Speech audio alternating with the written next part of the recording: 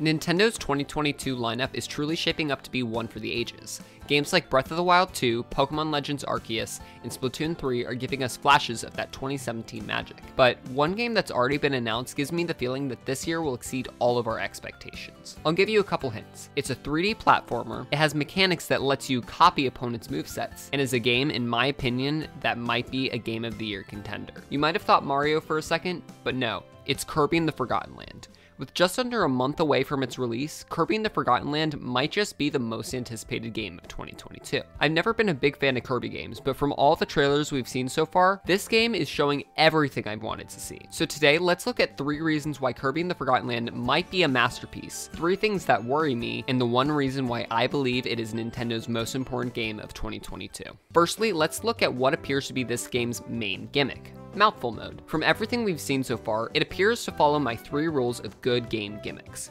Is it fun to use? Check. Is it on brand with the character? Triple check. Is it implemented well? Well, I'm not sure yet, but with how meticulous Nintendo games are, I doubt they'd get this one wrong. The first Mouthful Kirby we see in the trailer is him as a car, which I think could be extremely fun for some chase or racing levels. Who knows, he could even be in Mario Kart 9. What I'd like to see be done with these Mouthful power-ups is something similar to what Super Mario 3D World did. It's called the 4-step level design, in which you teach a player how to use a gimmick in a safe environment, develop that concept through harder trials, twist the concept in the climax, and then conclude the level with a satisfying ending. By doing this, Kirby can take what are already great power-ups and make them the best they can be. I've gotta say, more than anything else we've seen so far in this game, Waddle Dee Town gives me the most hope that this game will be an instant classic. Waddle Dee Town is a little village that'll grow throughout the game. The more Waddle Dees you save, the more things you unlock. This is just so cool. And the best part about it is it's not just cosmetic. These stores actually serve a purpose. One they showed off was a weapon store where you can upgrade Kirby's copy abilities. It feels very similar to something like Inkopolis in Splatoon, except this time you're building the city. Every shop you open opens because you saved Waddle Dees. It's one of my favorite ways to add progression to a game. Unlockables are just so fun, and giving them actual functions like shops is just ingenious. When people think of 3D platformers, they usually think of 2 things, either sandbox levels or linear levels. While one isn't necessarily better than the other, I believe Kirby and the Forgotten Land is the perfect game for the 3D linear level design. Kirby, since its inception, has always been a beginner-friendly series. 3D linear games are great for this. They don't require much instruction and lead the player straight to the finish line, while still offering an exciting and fun adventure. Take, for example,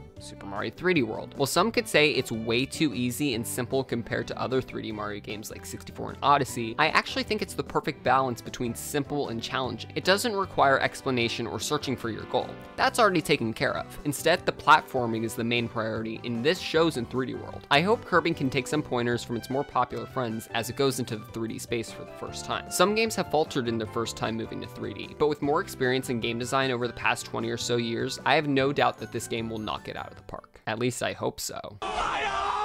Well, this game looks absolutely gorgeous. The one thing as of right now that worries me is that it'll be way too easy. If I'm being completely honest, I've never once bought a Kirby game. I played them here and there, but I've never had the urge to go out and buy one. Why? Because they're just too damn easy. While yes, these games are made for kids, and I myself am not one of them, games classified as kids games don't need to be completely dumbed down. One thing that I think could fix this is the addition of optional collectibles. Things like purple coins in Super Mario Odyssey or mini kits in LEGO Star Wars. And funny enough, I think that's where they're going. Well, I'm not 100% sure how it works, so excuse me if I'm way off. I believe that rescuing Waddle Dees will be extremely similar to collecting stars in 64 or moons in Super Mario Odyssey, where you don't need to save them all, but you need to collect a certain amount of them to progress further in the game. They could add more difficult ones for people who want to 100% the game while letting the less experienced players still have a good time. This is just one of the many things that I think could make Kirby and the Forgotten Land fun for all players. I just hope they're able to pull it off. Remember my patented 3 rules of good game gimmicks? Well, there's one that I wasn't so sure of, and you really can't tell until the game comes out. That is its implementation of Mouthful mode. If it's way too powerful, it could be used as a crutch and make normal platforming irrelevant. On the other hand, if it's underutilized, it could be as useless as the double cherry. It really is a fine line walking between oversaturation and underutilization. So how can they make sure they have the right amount? Well, just make sure it doesn't feel forced.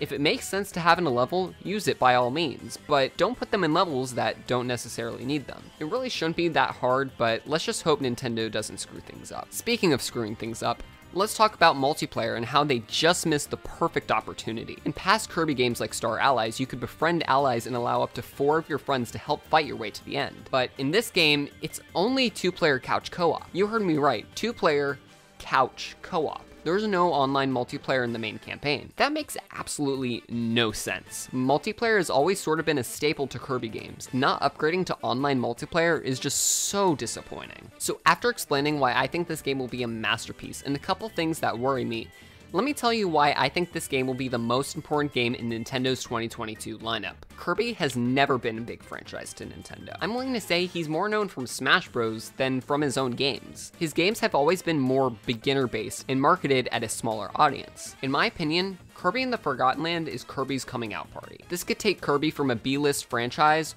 all the way to the top. Kirby as a character is so well known, and actually making his games fun and challenging would be insanely huge for Nintendo. It's not often you get a slam dunk character like Kirby, and giving his series new life is just what Nintendo needs going into the late Nintendo Switch years. Nintendo has a funny way of slowly easing up on new games and innovation the longer one of their consoles goes on. And after the past few years, I was ready for the Switch to assume the same fate. But with Kirby in the Forgotten Land and the rest of this incredible 2022 lineup, I really do believe the Switch might be able to exceed our expectations. And if 2022 ends up being the year we all think it will be, I believe Kirby has a true shot at being Game of the Year right alongside Breath of the Wild 2. Anyways, if you enjoyed this video, go ahead and check out this Mario Kart 100 Facts video that I put out like 2 weeks ago. It's super interesting, and I'm guessing that you won't know like 83 of them.